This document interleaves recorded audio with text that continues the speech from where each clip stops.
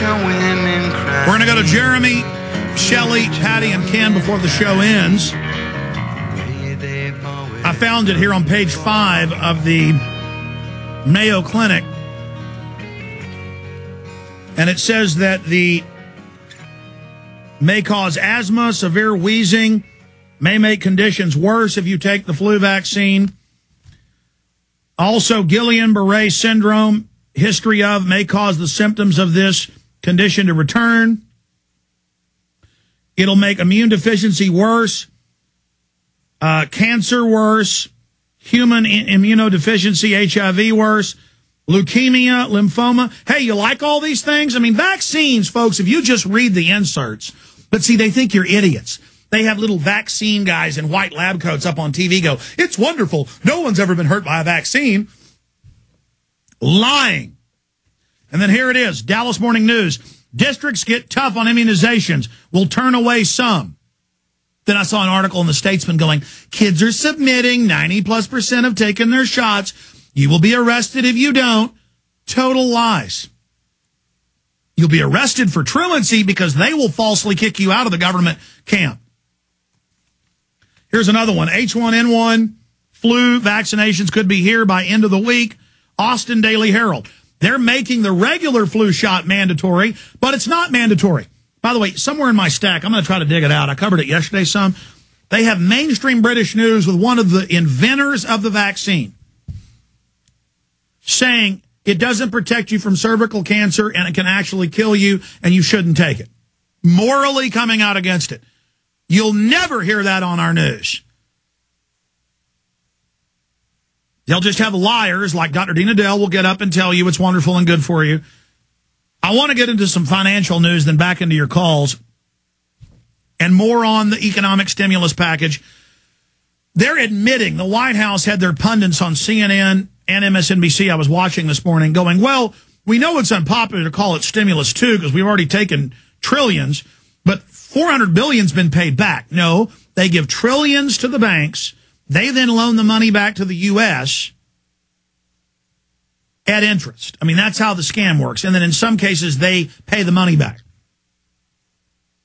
It's in the tens of trillions, not $700 billion. I've had congressmen on tape asking Bernanke, so you've loaned out the $700 billion over 30 times. And Bernanke's like, yes, but none of your business where it goes. They call that $700 billion, the way it was written, is a revolving credit line. So they just keep stealing it. And then they, through the banking, leverage it 10 times. And then leverage it again, and leverage it again, and leverage it again. Just like when the government launders $30,000 for a kilo of cocaine. They then leverage it at least 10 times out. You understand how banking works, folks? It's just diabolical. And then you've got them all over the news bragging, oh, the New World Order's here. Oh, it's so wonderful. You know, here's Agency French Press. U.S. economic decline forges New World Order. Oh, the carbon footprint of the U.S. is lowering as they go into depression. Oh, the new economy means you don't have a job. Oh, but we have a great economy. It's a jobless economy.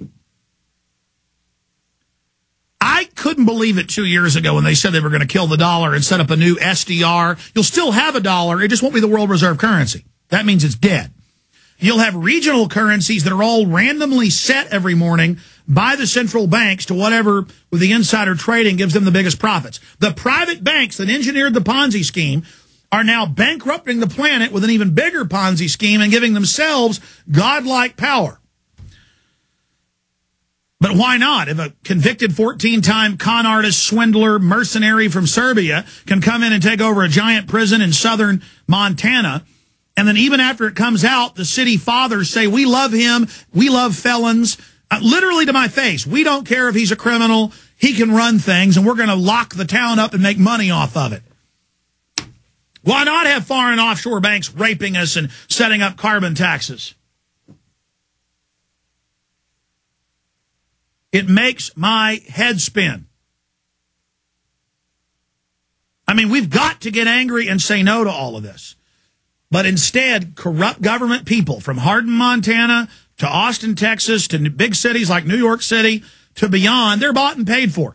That's why they're passing laws in Texas and in California and in Michigan saying you can't even have 2 neighbor kids over for breakfast or to even stand under your doorway in the snow. Even if the parents of the neighbors say yes. Waiting for the bus. We're going to take your kids CPS.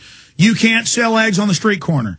You can't have a garage sale. You can't do anything because you are a prisoner. Folks, America is now becoming a giant prison. They're openly announcing they're going to shut down the old web. They've openly handed over U.S. control to the UN of the Internet. I've got those headlines up. In fact, Google the term, U.S. hands over control of Internet. And it's positive articles. Oh, wonderful. No, it's not wonderful. Now it's a total private corporation doing whatever it wants that was built with our tax money. The serving system, the domain system, not the physical grid. Obama openly announces he's taking over the Internet for your, quote, safety.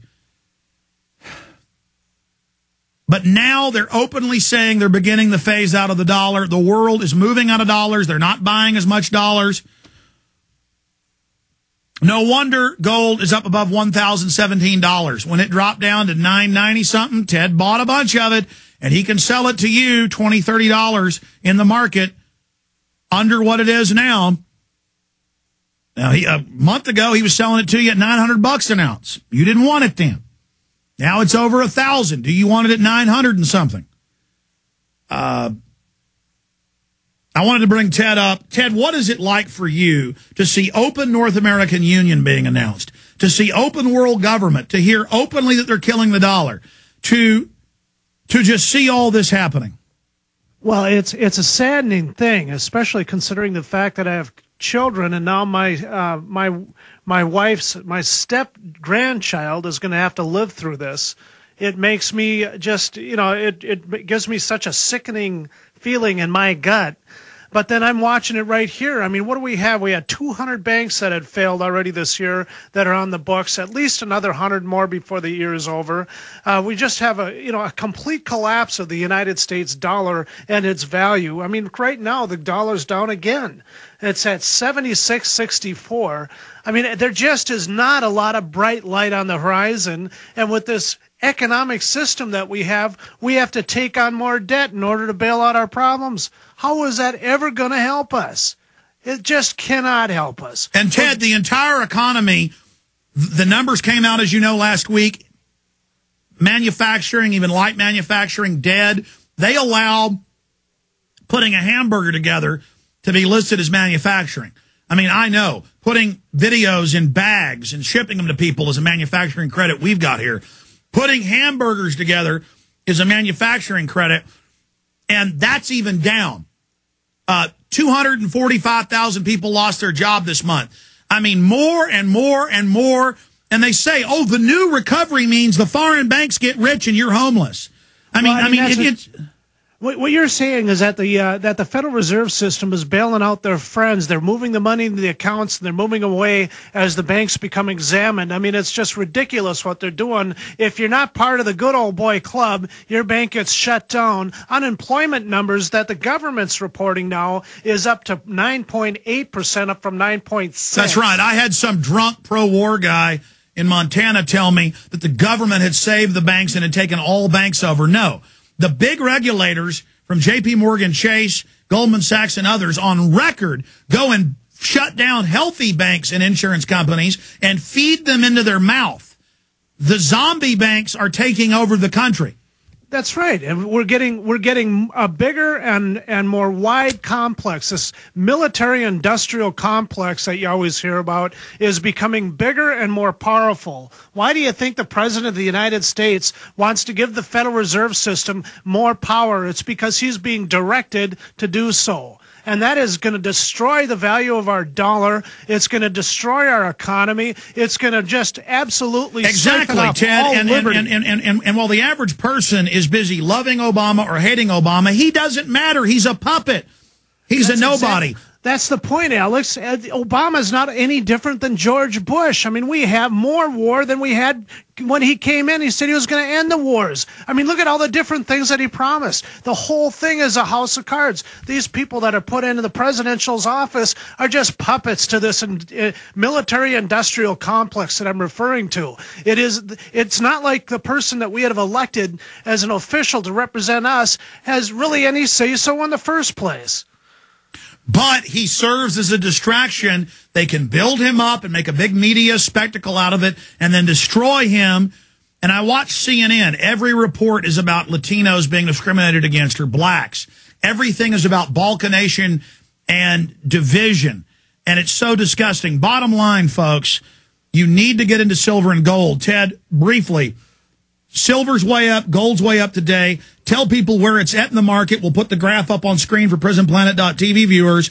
Versus Ted, when you bought in. So the type of savings in the market that you're factoring in.